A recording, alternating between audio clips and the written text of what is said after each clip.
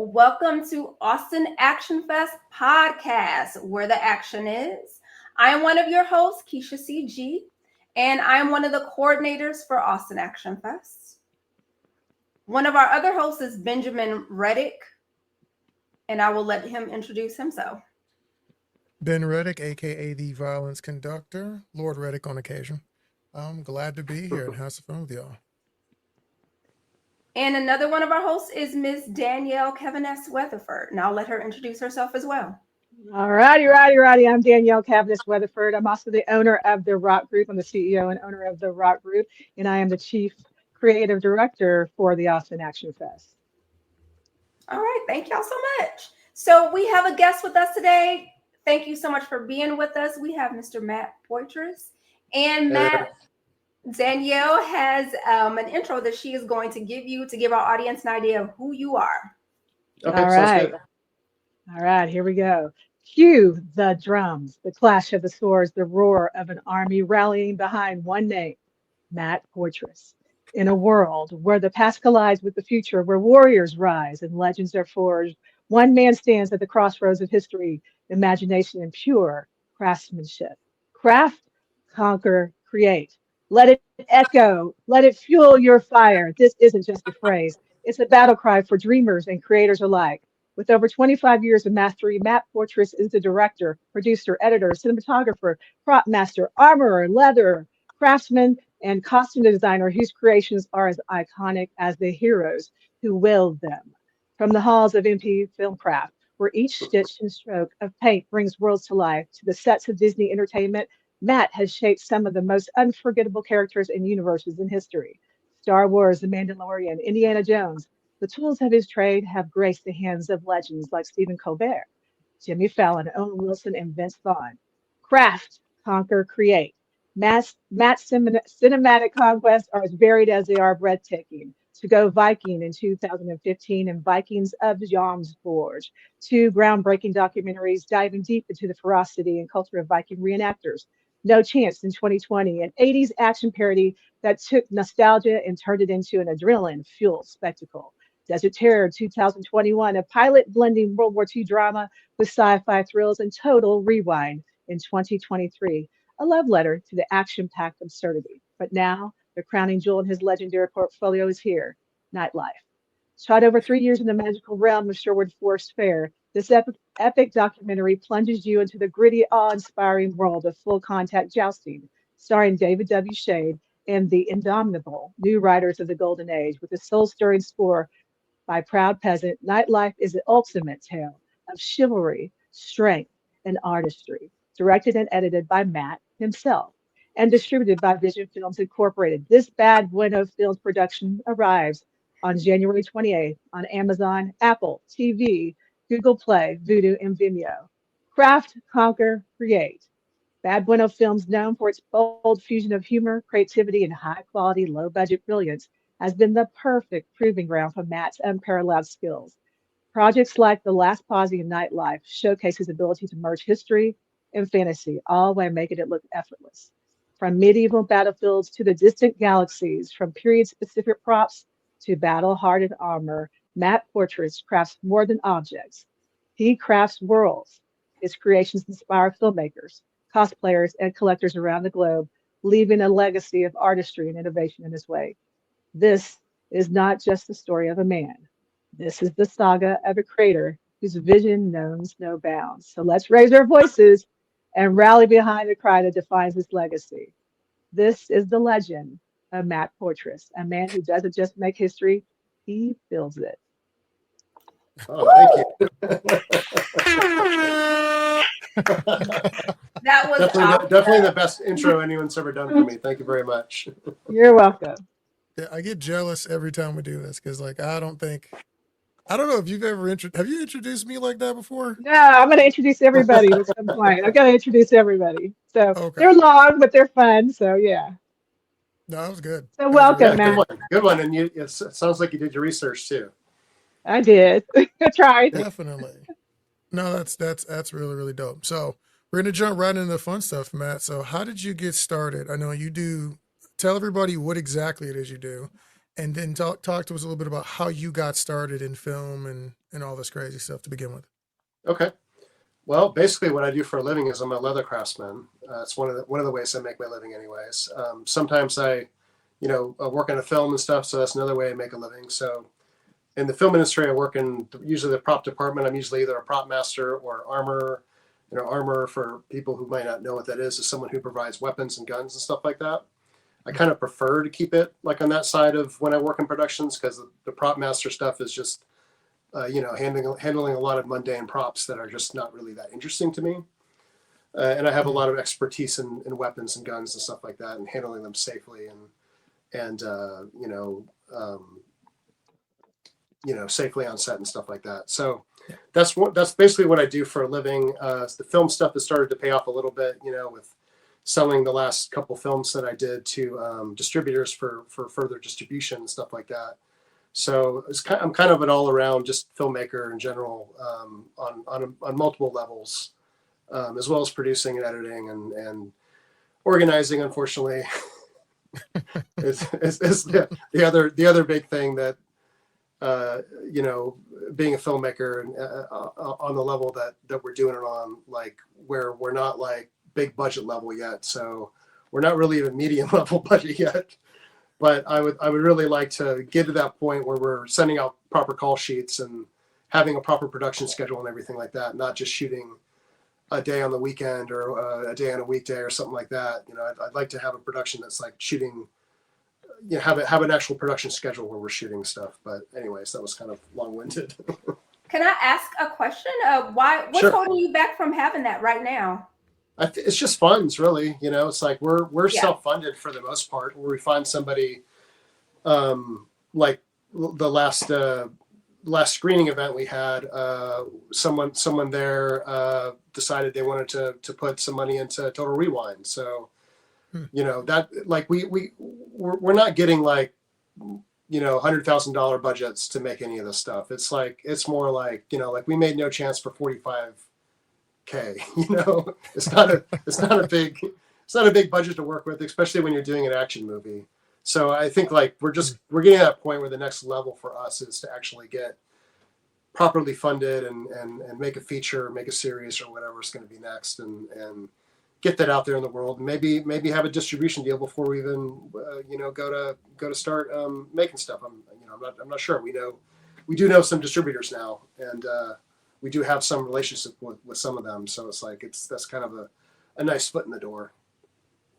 That's a great foot in the door. Most people don't even have that. So Well, it took a while. It was about a decade ago. I had nothing. So it's taken a whole decade of just sticking with it after getting my first film distributed, and just kind of learning from other distributors and learning more about the process of delivering a film to distributor, which I'm in the final throes of that with Nightlife right now. I was dealing with a lot of that stuff today. That was not the fun side of the stuff, not the editing and stuff like that. Just providing dialogue lists and music cue sheets and captions and all that kind of stuff. Got it. So it's interesting you say that, because if I'm not mistaken, I think the first time we really got to talk, you came on the actual event as a guest to talk about the distribution you're referencing now. The first time you got distribution, that was that's years ago. That's kind of wild that we're getting to follow up again so much later. And you guys you and your partner Darren gave a very interesting, raw and authentic conversation. I was forced to let you know, for your sake, like, hey man, this is live and I'm not going to be able to edit this. Are you sure you want to be this rugged with your analysis of distribution? But that was so we always love having you, because you don't tend to sugarcoat things too much. But just talk a little bit about how you got distribution the first time compared to maybe how you did it the second time. Was there a different tactic that was taken? Like, was it like how did it work? What happened? The first time was with Tugo Viking, when we had a sales agent. We had a couple sales agents, and we had one sales agent that got us to Vision, and that was the whole process to get that through, to get it delivered. And I learned a lot, and kind of didn't really want to ever do it again. And it took me a full 10 years to recover from that process to where I sold another film to Vision, and that was Nightlife. And the thing with Vision is they have a long list of deliverables, and they're not easy. And it's like you can't just get captions from Rev and submit them. It's like you have to, you have to actually go in and type out the captions, and then that's not even good enough. Is what we found out today. They're like, oh, we have some caption fixes for you. So the captions, were really done nicely and had a really high level of accuracy to them. And we just still wasn't good enough for Vision's requirements. So so with that, like in those 10 years, I worked with several other distributors. One was for No Chance, and that was kind of just a giveaway. Like we haven't seen any money back on No Chance at all. And they always tell you, you give away your first movie, and I guess we kind of gave away our first two movies, but one was a documentary, and that's kind of how I got my experience, like learning how to do all this do all these things cinematically and run camera. And then what's that? Well, maybe they meant that you give away one per like category. So like if you make an animated, you have to give the first one of those away as well. Well, that's funny because that's exactly how I took it. I was like, okay, one's a documentary, one's an action film, so they're not the same, But the action film, the kind of genre stuff that we're doing is cross genre. So we're doing comedy, parody, action, and so it's a tough sell, and we know it, but we just keep going at it, trying to figure out, like, we're trying to crack the secret of like how do we make that successful. And that's what I think we're doing with Total Rewind, the kind of the third evolution of the whole thing, where we're basically just kind of directly doing our own version of Predator in a short form that's a simulation in an Arnold impersonator's head. And that's where the comedy elements come from it, because it can't be too close. It has to be a parody. So that's what we have in the works. We have about 15 minutes of that done right now. We're about to gear back up, hopefully before the end of the year. Maybe not, but sometime in late December, January, we're going to gear up and go finish the thing, and which is basically just a lot of action stuff we have to do. But Matt, y'all are really good at it, though. Yeah. I see. Thank you. Thank you. You're great at it. We try. It's. Can we go ahead and show the trailers? What's that? I was asking Ben if we can go ahead and show your trailers. We have your trailers. Oh, sure. Let's show, which one would you prefer that we show? The main one or the Predator music one? Oh, which one you got? We got both. What, of Total Rewind? Or of Nightlife and Total Rewind? Give you, Ben? I think it's of Total Rewind. Yeah, we have Total Rewind, Last Day of Vietnam trailer. Oh, Last Day of Vietnam. Okay. Yeah, if you prefer Nightlife, I can go find it. Last Day of Vietnam's a fun trailer. Okay. So, sure. Okay. All right, let's go ahead and show it so people talk can amongst see yourselves what we're talking about. Yeah. Okay. So as he's looking for that, I'm really curious on your expectations when you were about to go, for both times you've met with Vision and anybody else, and what you were expecting versus what you got. Well, I think first one was just a huge learning experience. The second one was that too, but the first one was just going in. The film had sat for a year or more, just looking for distribution, and we had a couple little bites here and there, but nothing got it. So when we got to Vision was a pretty decent sized distributor, I'd say at the time. They're bigger now. They've got some pretty decent content on there that they distribute, and they get it on all the major platforms like Netflix and Prime and all that kind of stuff. So they have the capability to do that. But yeah, I think the biggest thing was just having the experience from the first time to help me get through the second time, and working with some different people and some different labs and stuff like that to get past the QC process was a lot easier this time. I mean, it was almost nothing really. I mean, all right, here we go. So we got it queued up. Let me mute my mic and then thank you, Matt. Off.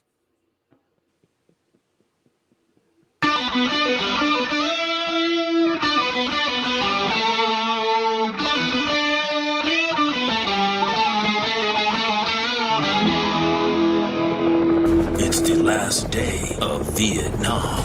two elite soldiers. John Van Ditch, John Dambo. Salute badasses. One last mission. In a couple of days, our government is going to be signing the Paris Peace Accords. That means our little conflict over here is at an end. This mission comes straight from the top. Operation Barbarella. Have they been captured? We're assassins, not a rescue team. The president wants these peace-loving maggots terminated. They'll be at the Loc outpost, just off the Ho Chi Minh Trail. They're planning a victory performance. You're going to make sure that show has plenty of fireworks. Isn't this kind of a war crime?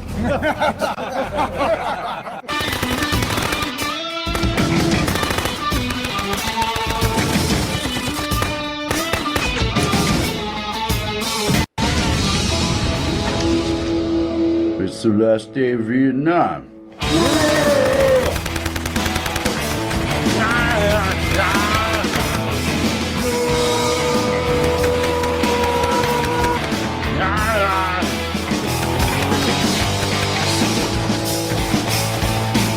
This place makes Cambodia look like Kansas. Man, this is Cambodia.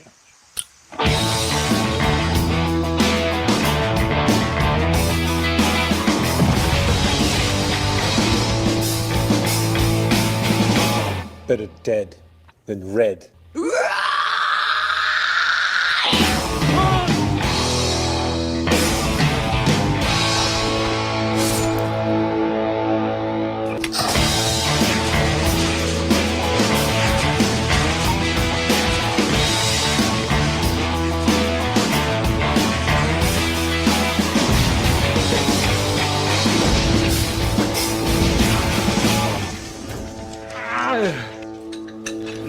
We're looking more swole than our kill count.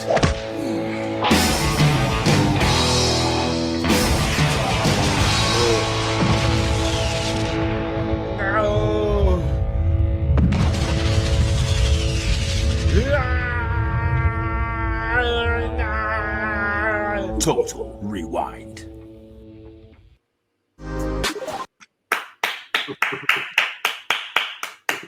Okay. There's so many moments in that where I'm just like, that is so utterly ridiculous. And So that's available on our Bad Bueno Films YouTube channel. That one distributors haven't wanted yet. But that's just it's a 25-minute short. But I have actually sold 2 shorts to a distributor. One was Desert Terror, and one was Last Posse. So those are already, though, that's a big deal. Yeah, I mean, and honestly, to sell a short is kind of unheard of. Yeah, and, let's not skip over that. Okay, sure. We'll find the Last Posse image as well. But I want you said something very interesting here. So sure. Originally you said you got to give away your film, right, to get things going. But you just said you sold something to someone. So was there any money involved at all in that sale? Yeah. The last 3 films I've sold and they all came with minimum guarantees, which are kind of just like an advance. Basically it's for the shorts I got $1,000 for one of them. I got $2,000 for Last Posse, and I was like, well, it's not bad. I'm not expecting to see any more of that, and I got to maintain the right to keep both those films on our YouTube channel and have them monetized, and have them on Amazon Direct Video as well. Both of those films are on Amazon Direct Video. And basically the distributor that picked those up wanted it for further distribution in Europe. So it wasn't really even a stateside thing. Apparently shorts are popular in Europe, and the shorts that we've been making are around 35 to 37 minutes a piece. So it's like, it's like a TV episode. So I'm not actually sure what they're doing with it. They've had Desert Terror for over a year now. So I don't know. Last Posse, we just did the deal like a month ago. It fell right on my doorstep right after I was finishing delivering Nightlife. And then I was like, well, great. Now I got another film to deliver. Because it's like, so for film delivery, like the main assets you have to have a ProRes file, usually in an HQ. You have to have your dialogue separate from your music and effects tracks. You have to have all these other assets that go with it. And it's basically like they want it to be the main assets to be in one contained file that's usually a QuickTime ProRes file, and it'll have all those separated tracks. So you can actually go in and click the dialogue track out, and you can just hear the music and effects track. Sometimes the music is separate from the effects. Luckily, I haven't had to deal with that recently, but it's basically, it comes down to just more editing in the editing room to get those assets ready, because you really have to have them clean to be able to deliver. So is that what so when people are asking about deliverables, this is what you're talking about just now? Yeah. Okay. Yeah. A part of it. Exactly. Okay. Yeah. The main stuff is the file and with all their, requirements. And then, you have to deliver captions that have, closed captions for music, for all the dialogue that's in it, narration, all that kind of stuff. And there's very specific things you have to do, as Desiree found out, because she was the one who did captions for Nightlife, and she did Desert Terror and Last Posse. Did she do Last Posse? I think she did. She's done a few, so she's getting used to it. But still, it's like, I mean, just like me and delivering a film, there's like, you think you're going to be set, but you get your reports back and like, oh, there's actual fixes that need to be made. And just so everybody hears it, who is Desiree? Just so they all hear. Oh, Desiree's my partner, my lady. And she helps you co-producer. Yeah, she's a co-producer. She co-produced Total Rewind. She helps a lot on set. She does craft services stuff. She'll run the smoke machine. She'll do makeup. It's basically like an all around. She's a jack of everything. If you have a spouse or a girlfriend and you're a filmmaker or boyfriend, I guess it counts as well. Either direction, understand that you are now also in film. Okay. Right. And you are essentially a PA. Okay. You are a high powered PA, and you're going to do literally any and everything that is necessary to get the job done. And we all love you for it. So shout out to all the boyfriends, girlfriends, husbands, and wives who work on sets and just make it happen. Yes, totally. Yes. Yeah, absolutely. So just a side note, just wanted to let you guys know, we got some comments coming in. We have Lynn Mosqueda talking about how many times she's died in that trailer. She became the new Dondaro, I think, in Last Day of Vietnam. Actually, she's a VC over and over again. It's pretty funny. She's got a malleable look, Yeah. She's ambiguous there. And then we got Christopher Winbush. He says, Matt, one of the best in the game. Love working with MP Filmcraft. Then we have James Drake Coleman, who says, love this dude so much, helped tremendously on Isolation, and always love being a part of his works.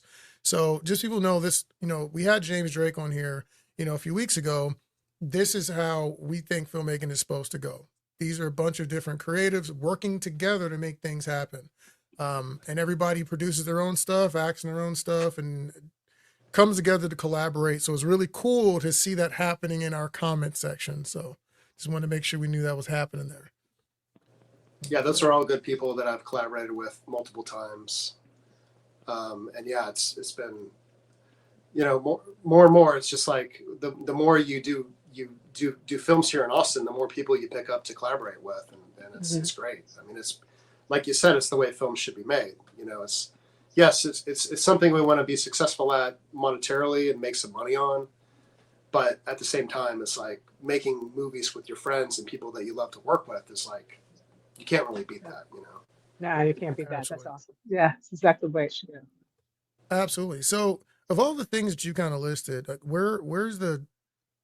I'm just curious, if you had to pick one, like someone said, hey man, I'm going to come to you, I got $1 million. You got this shot. What is the thing, like, of all the projects you've listed, that this is the one I want to do? Because I know you had things like Desert Terror, who I think, how many views did you get on Desert Terror now? 1.6 million last time I looked. Okay, so and that's that's the one that led to getting the distribution deal. Like they found me through that YouTube.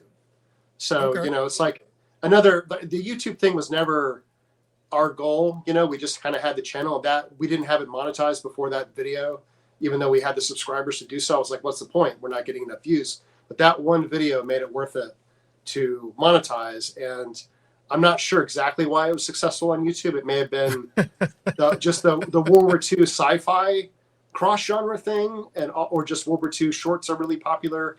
Could have been the SAS was really popular at the time I released it. There's a show called Rogue Heroes. It's all about the SAS in the desert, and that was out at it was made by the people who made Peaky Blinders. So their second season is coming out in January. So hopefully we'll get some more views on that. But it's had a steady climb. It's plateaued a few times, and then one day we got like 1,000 subscribers overnight. Like I just went and looked at our YouTube, and I was like, wow, we got 1,000 more subs, and I wasn't doing anything on there. It's one of those things where I'll put the time and energy in and kind of try to upload twice a week, and nothing will happen, and then I step away from it, and it's like, oh, something's happening, Let's ask a couple of questions about that, because I know some of our filmmakers are trying to get more into monetizing their platforms, and they may have some questions about how to go about doing that. So what are some main tips that you would give to someone if they do find themselves in that position? Like kind of like you, like, oh, okay, I didn't monetize before because I didn't really see the need for it, but now that I do, what is something that you would tell them? Some tips, some good ideas. Well, I guess if you get a successful video, just make another one that's like it. That's kind of what we were trying to do with our shorts, but we haven't done a World War II one again. We did a Vietnam one, and then we did a Western, and neither of those got anywhere close to those kind of views. So, but it was things we wanted to do, and we wanted to diversify our content and also stay away from making a full feature, because making a full feature is like 3 years. The way we're doing it, which is another, thing I'd like to change, is like really a feature should be like a year of work. It should be like you go and you shoot it for, whatever, 30 to 40 days or whatever your production schedule is going to be. And then you should be editing it, and it shouldn't take 3 years of your life to do this. But that's what happens when you're doing indie film and shooting on the weekends and shooting around people's schedules and stuff, because you're either paying very little, you're not paying anything, you're doing it for collaboration trades. Okay. Or you're just doing it for experience, So you're saying that in order to get their platforms going, one thing that you would recommend is once you made one successful video is try to make another one. Try to make something in that same vein, I guess, I've had other videos on there that did okay. Nothing like Desert Terror did. Nothing close to 1 million, maybe 500,000 or something like that. Wow. And that helped get some subscribers. That helped get some people coming to the channel and stuff and checking out the content. But like with YouTube, it's like, I don't know if it's just a random thing or not. It's for me, it's like I started the channel 15 years ago about just to put videos on of my first like digital cinematography, like the first digital cinema thing I did, because I shot stuff on film, and after I got out of film school and did my last film there, I was just like, it's just too expensive, Film, even 16 millimeter film at the time was too expensive, and then paying for video transfers and paying a lab to do all that kind of stuff was just too much. So I basically just took a break from any kind of filmmaking for about 10 years until I met Darren at Sherwood Forest Fair, and I was like, we talked. He was like, "Oh, I'm a filmmaker too," and we talked, and I was like, "So what's a good camera these days?" And this is like 2009 or 10 or something like that, whatever their first year was. Okay. I guess it was probably 10. And he's told me about DSLRs, and I had no idea, because I hadn't been thinking about cameras for so many years. And DSLRs really were the first digital camera I've seen that I thought looked good and cinematic, And so we both bought T2Is on the same day, and that was the beginning of the digital cinema journey. We've made countless projects since then, and the one I'm referring to that we started on was called Blood of a King. And we shot it out on his land when he had more of it. And it was a movie about the Greek and Persian Wars. It was short. And that, it's on our YouTube channel. You want to check it out. And it's like costume wise, like my whole intention was like, I want to costume the Persians and the Greeks more like they would have really been costumed, or what the armor they would have worn, rather than the movie 300, And, Got it. I did, but it looked kind of silly when you only have 12 Spartans. and a handful of Persians, So our shield wall battles weren't that great, but I it was have a a fun question project. about your I have a question about your costume talent. Sure. Can you trace back in time to where you saw something that said, I want to do this and here's why. I want to work with my Okay. hands and make these costumes and whatever I can put my creativity in to put that into the world. What can you remember where that time was? It was probably sometime when I was an early teenager, and I grew up in Arlington, Texas, and me and Jason Chilton, who still write stuff with, and still produce stuff with, and still make stuff with. He's my oldest friend. We've known each other since we were about 6, and we started making videos together. When my parents, after begging them for years to buy me a video camera, they finally got one. Just one of those crappy 8mm tape cameras that look like garbage, but that's all we had back then. So, we were lucky enough to have a tripod and I think a mic that detached at some point too. So that's kind of how we cut our teeth and learned how to do shot composition and composing some kind of a story, as ridiculous as they were back then. And for me, what it was twofold, because like I wanted to make costumes too, so of course we made stuff that had costumes in it. I think one of the first elaborate costume I made was a Nazi jetpack in a movie. Of course, in a movie we called Super Spy Ninja Guy, and that was his goal, was to steal it was called the Fart 1000. his goal was to go steal this thing, and it was made out of cardboard and leftover toilet rolls and paper towel rolls, and I hot glued it all together and slapped I think it was a photon helmet. We had a red photon helmet. We slapped that on top of it, and I was like, there it is. And we put a couple smoke bombs in the back of it, and my friend ran down the street, and we pretended like he was lifting up and flying, and that was great.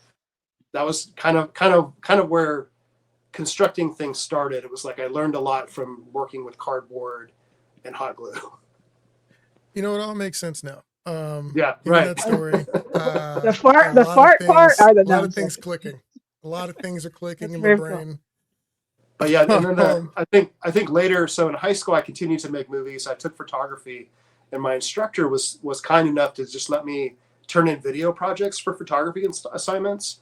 And we had like one editing board and a decent camera there, and I would have them all the time. Like I was the only one who rented that stuff from the equipment room. So I'd have them at my parents' house all the time, just learning in their den how to edit videos and stuff with no control system, just kind of editing between, two cameras and maybe a tape deck, because I think we had a tape deck too.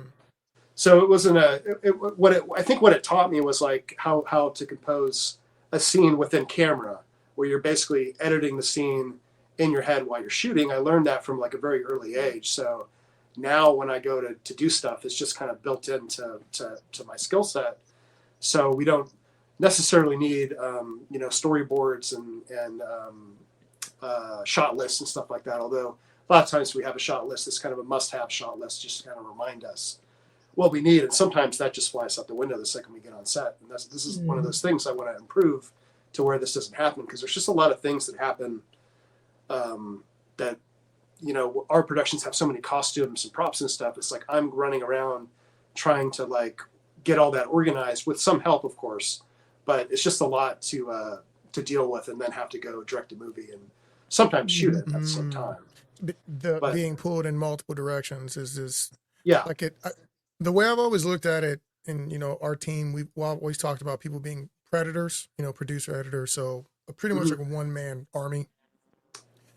But I think sometimes as independent filmmakers, we get caught up thinking that that's what it's supposed to be. And it's like, no, you want to learn those skill sets so that you're dangerous and you can't get hamstrung mid-production. But you don't want to do that. Like that, you almost are never going to be operating in 100% of one area if you're doing 4 things at one time. Like, I mean, there are people out there who are just wired that way. I am not one of those people. So, for a lot of people, the learning how to delegate and really like direct a set, it becomes a really important skill set to start to learn. Yeah. Mhm. Agreed. Well, actually, that actually leads to one of the questions that we had for you. Like, were any specific days you can think of that got really crazy or something really wild happened? I know the answer to this is yes, because I've been on some of these sets. I'm just curious which day you're going to choose, actually. Maybe I've buried all those and I've buried them from my memory.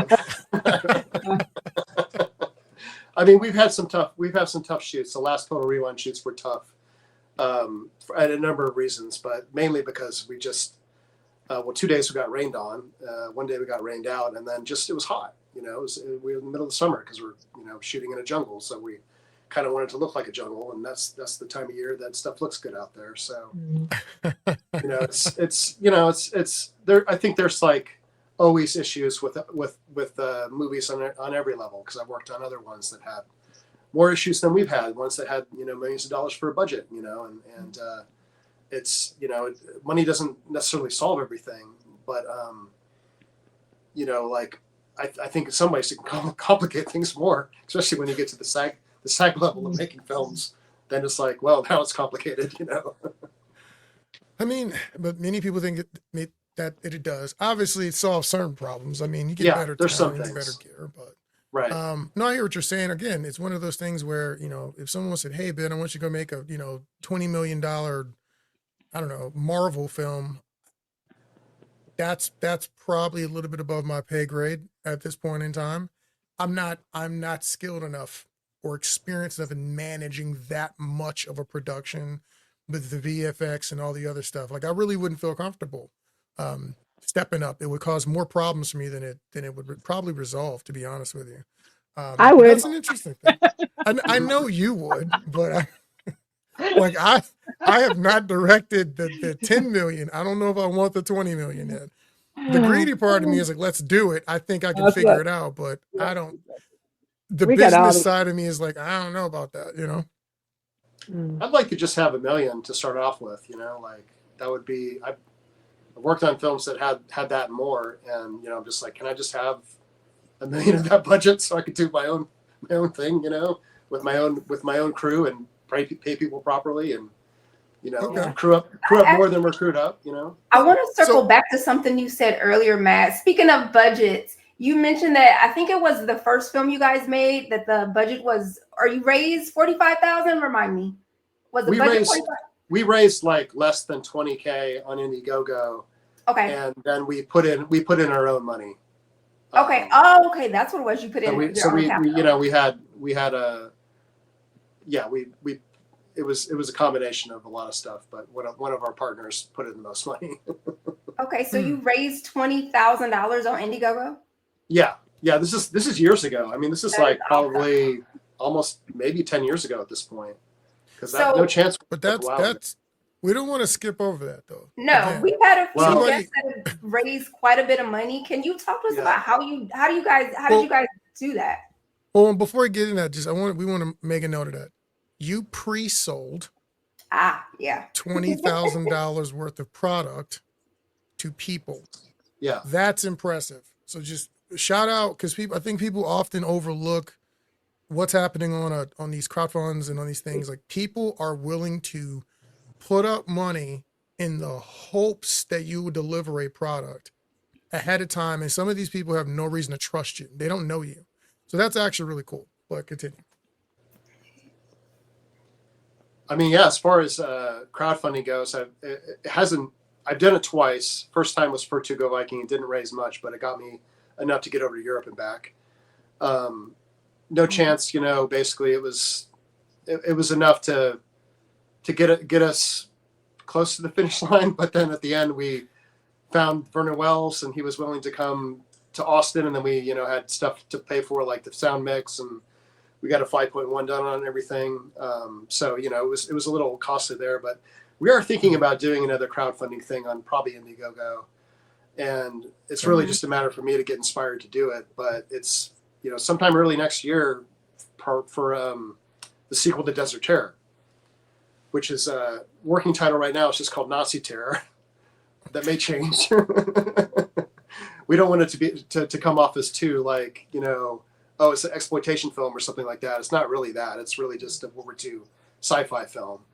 But this one takes place in France in 1943. So it's not in the desert anymore. It's a sequel. It has some recurring characters in it, but it has a bunch of new characters in it.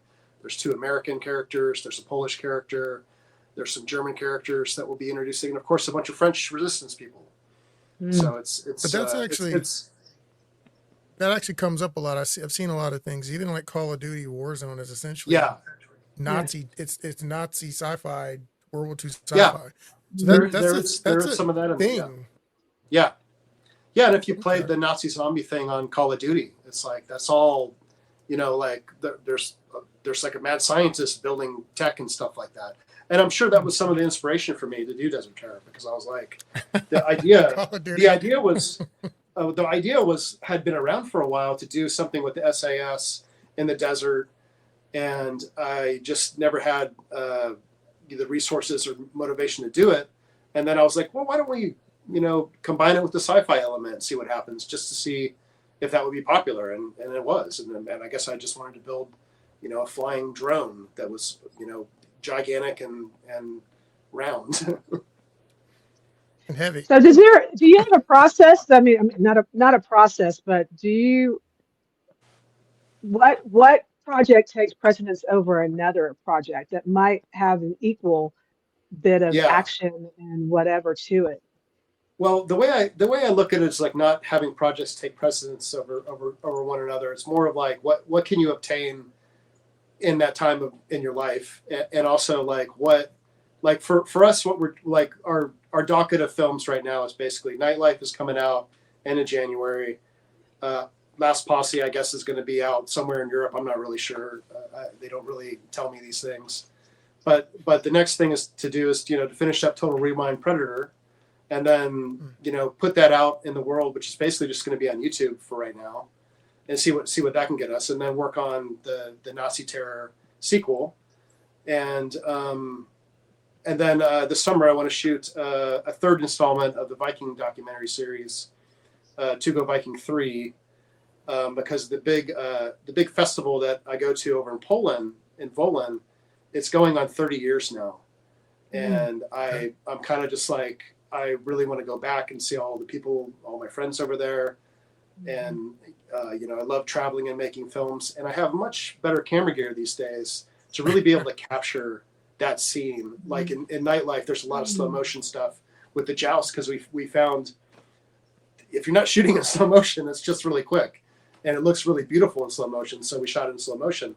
But all these times I've been on my Viking trips, I haven't had a camera that did decent slow motion. So now I do, and now I want to go over there and basically shoot some slow motion sequences of the big Viking battle. Oh, that'd be cool. Got us. What did you say your current weapons of choice are right now? Camera lens. Oh, what are right. your favorites right now? So a couple years ago, I bought a C70, Canon C70, which is kind of their most affordable cinema camera that is RF mount. I think it's the first cinema camera with the RF mount. And I bought that to shoot Nightlife and Last Posse on. At the time, we didn't call Nightlife Nightlife. It was just called Joust Project. But I basically, we shot like a tournament weekend and a bunch of interviews like 3 or I guess 4 years ago now. And then I just kept, me and Darren and some of our other camera buddies, including you, Ben, came back, just kept coming back and shooting Joust content, and kind of a bigger story evolved from that, and also just getting cooler content with better cameras and stuff was just really kind of exciting. And so that, Canon C70, and then we use R7s a lot, R6s before that. Desert Terror was shot on a Canon R, which was the first mirrorless camera they introduced, and I really liked it. I mean, like, Desert Terror definitely has a bit of a different look than the other ones do. Okay. Well, that's it. We like to let everybody know, because certain distributors have certain rules. Like Netflix has their list of approved, and see, the C70 is on the Netflix list. That is awesome. Not, so not that it matters, but okay. I can't seem to get anything on there anyways. All right, well, we're going to clearly fix that with the podcast. Not Netflix. Holla at your boy. Yeah. Matt's here. Show Texas some love. All right. It's done. We're just expect an email later. Yeah. And $1 million for him, by the way.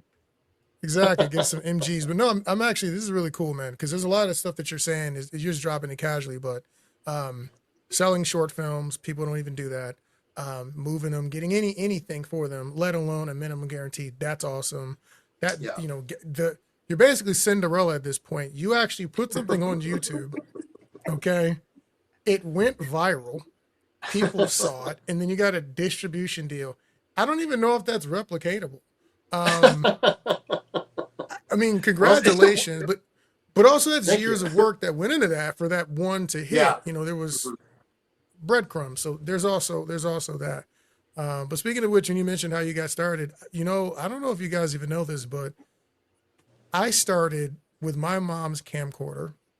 Me and Edwin, we weren't even doing short films. We weren't even thinking that we could even do that in high school. We were reenacting fight scenes from video games like Tekken.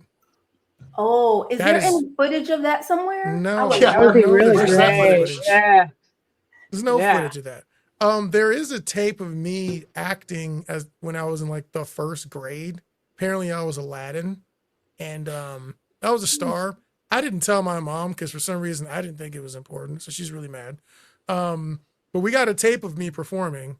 If I can ever get it converted or whatever, I will play it and you guys can watch me. I can't be good. I can't be good. There's no way I was good. Oh, you're probably that kid that was up there doing this the whole time. Oh, I'm sure I was dancing. I can guarantee you I was dancing. There was a dancing in there somewhere, but like I can't. There's no way it was good. I don't remember rehearsal, practice. Never taken an acting class up to that point.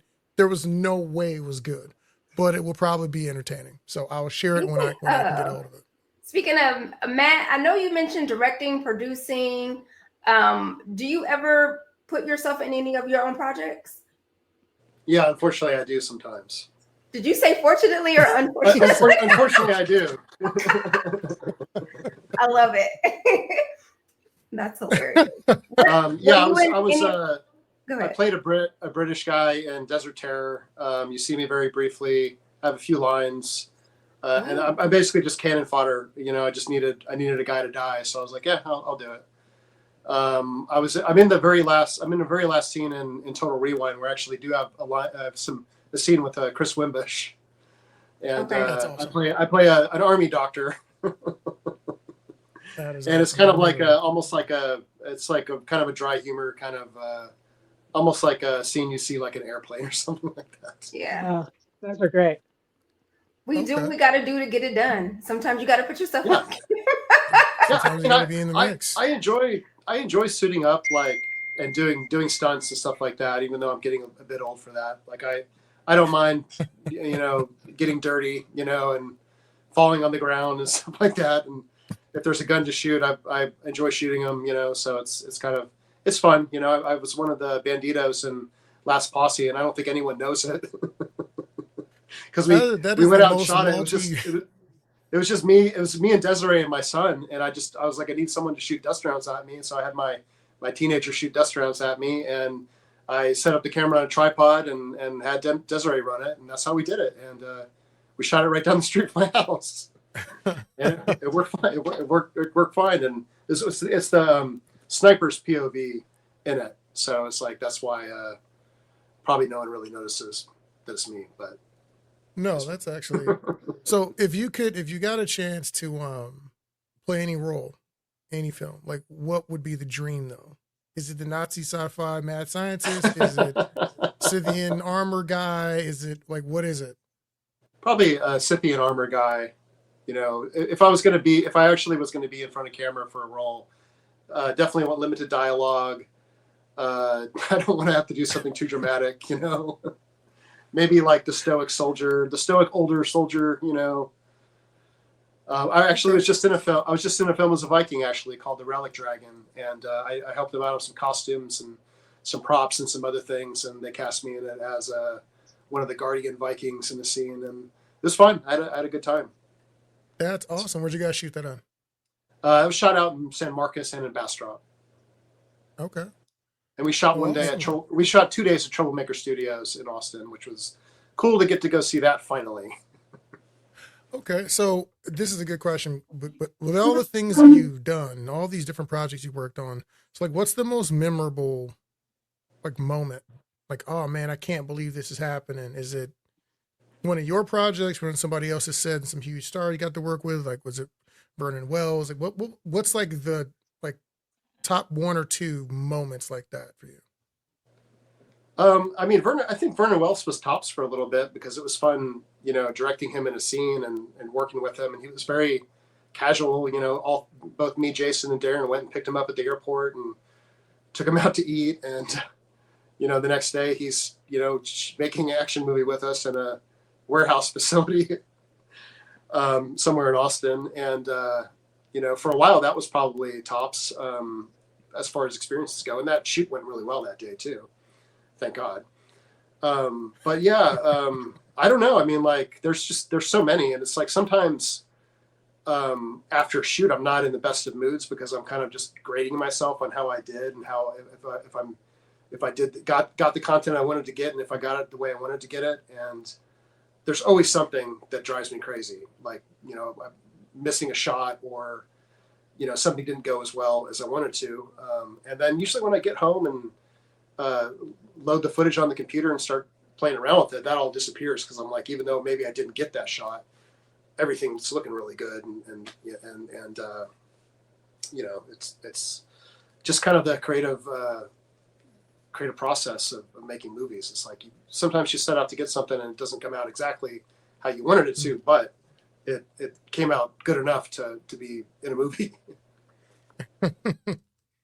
Okay, well, we know we're getting towards the end here. We went through pretty much most of our questions for you, but I wanted to know, I don't know if we got to ask you this. Was there, if I'm, I don't want to say brand new, if I'm experienced, haven't sold anything yet, trying to make some things happen and get some traction. Do you have any, like, what's your best advice for somebody like that?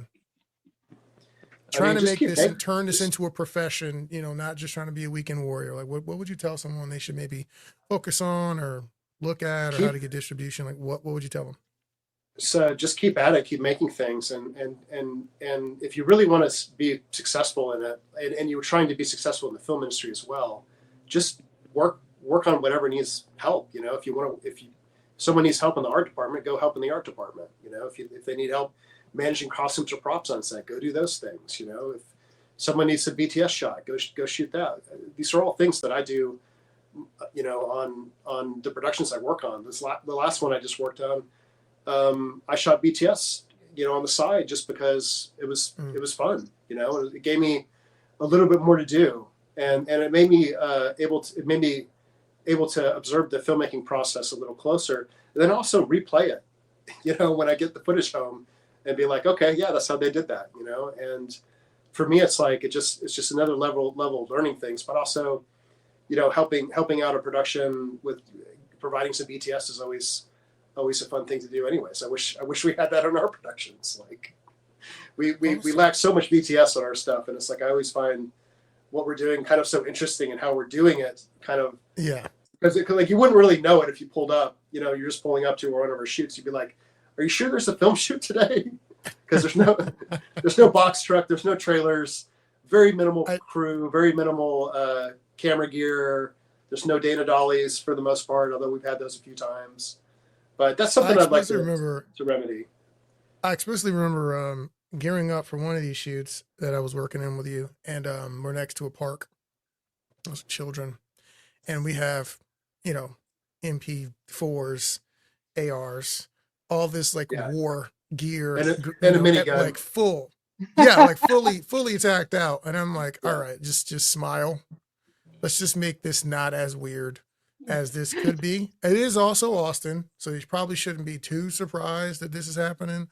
But I always is what is going on in the parents' minds. And it's the second time that we've had to gear up right next to like a playground, which was there's always an interesting thing to have to do. Well, a couple quick comments. I took your advice on that one because I that's the one I got the permit for. You know, you assured me it wouldn't be that hard, and it wasn't. You know, actually, it was pretty easy to get a city permit. See, Daniel and Keisha, sometimes I do follow rules. Oh. Okay. I break them. I break them when they're stupid or I have to, but I try to follow the rules when I can. In the city of Austin, shout out to the city of Austin. They do make it pretty accessible to shoot in parks and areas like that. They don't make it really ridiculous. And so we shout out to y'all. We appreciate y'all for that. Instagram, we got a couple comments because Instagram doesn't stream to StreamYard, so I got to read them myself. Minghouse Wing Chun says, if you create something that takes off, would you re-edit and re-release it? It depends on what. I guess. I mean, that's kind of how Desert Terror is, because the cut that's up there isn't the final cut. And it was actually kind of a mistake when I put it up there. I put it up there to get some captions on YouTube and see how that worked. And I just left it public, kind of an accident. And then I came back a couple of weeks later and it had gotten, I don't know, maybe 20 or 30,000 views or something like that. I was like, oh, okay, people are watching this. I would love to put the newer cut of Desert Terror on YouTube and just replace the link, but they don't do that like Vimeo does. So yeah, I remastering it and re-releasing it would kind of just be like, well, is it going to be? It's probably not going to get as many views as the original one did. This is where I met with Last Posse, because Last Posse re-released a while ago and it didn't really do that well, although it was shared a lot on Facebook. Probably mostly one of my most films shared on Facebook, but it didn't really translate to a lot of YouTube views. It wasn't nothing, but it wasn't a whole lot. But that one, I have a new version of it. It's just a slightly different cut. It's the one that I prepared for the distributor. And I'm like, okay, this is a little better. So I'd like to I might just re-release it on YouTube in the coming weeks. I've been meaning to do it for a while now, and it's gotten a couple film festival awards too, on just some smaller film festivals. But again, it's like, I don't know. I mean, like, I don't know what the secrets are. I'm not very good at the YouTube thing. I just kind of got lucky on a couple videos, and it's done a little bit for us as far as the channel goes. We don't make a whole lot of money off of it. It's like every 2 months we see a little bit of payment from YouTube, and we see a little bit from Amazon. Not much, but we're also not really out there promoting it. We're not really. I'm not paying for ads. I'm not really doing a big social media campaign about this stuff. And is there Matt, real quick. Real quick. Do you ever test your films out to friends and family for adjustments at all, or within the film? Sometimes you have other footage that you could insert. If there's time, sometimes we do that. We had the screenings of the 3 shorts earlier this year, or at the beginning of this year, and that was kind of like a test audience thing.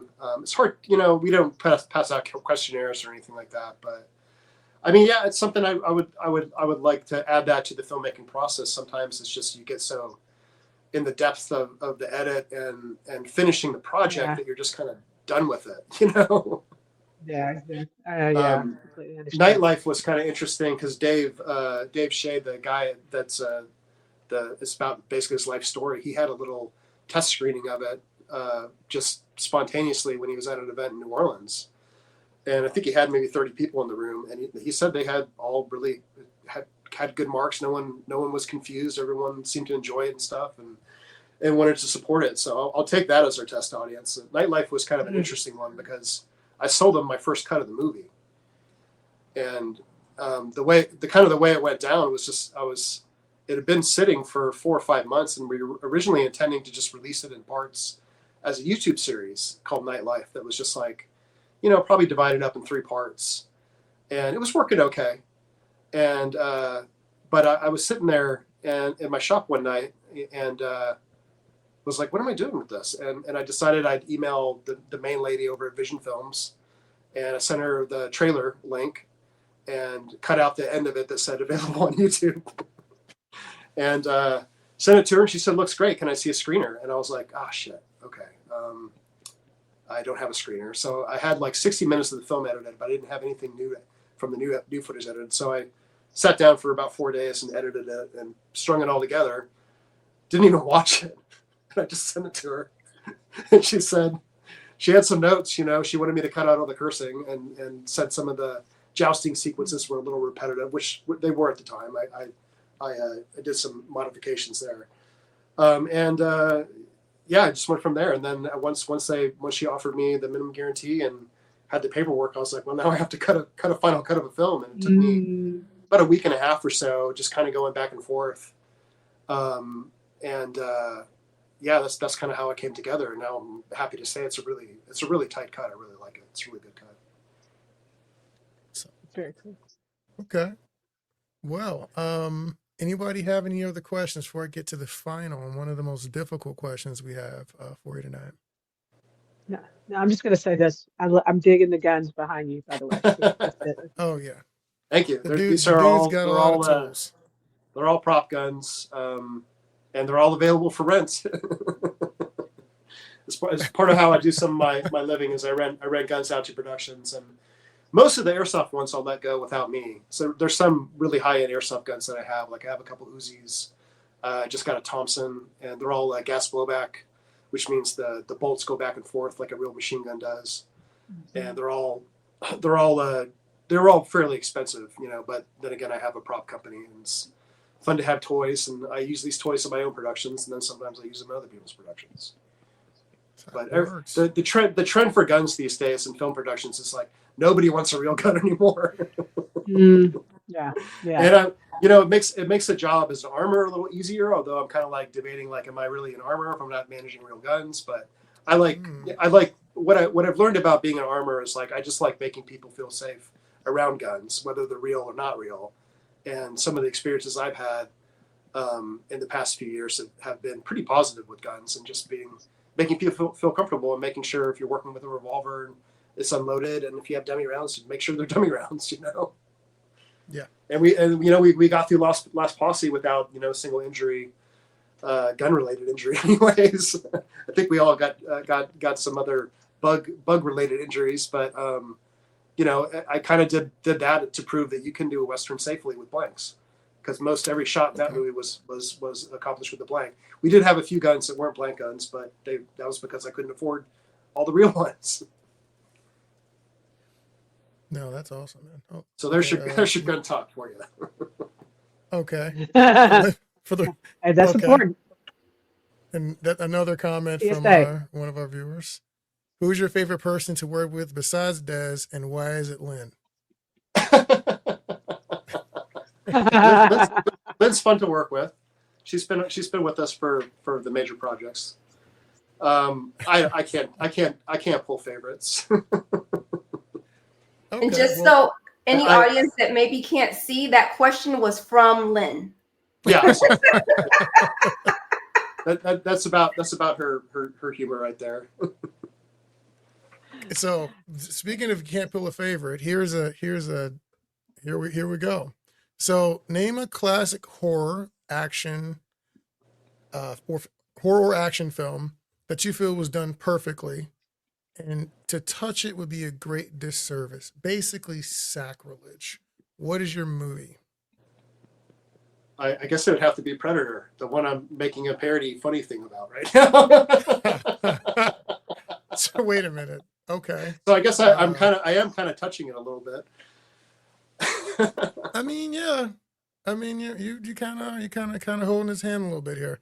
We're doing our own thing with it, and I guess I just had it in my system. It's like I had to get the Predator stuff out of the way. I've been thinking about it since I was a kid, and it was just like I gotta replicate these costumes and dress all my friends up in them, and we gotta go shoot some stuff. And I mean, it looks like Predator in 4K, I guess, in some ways.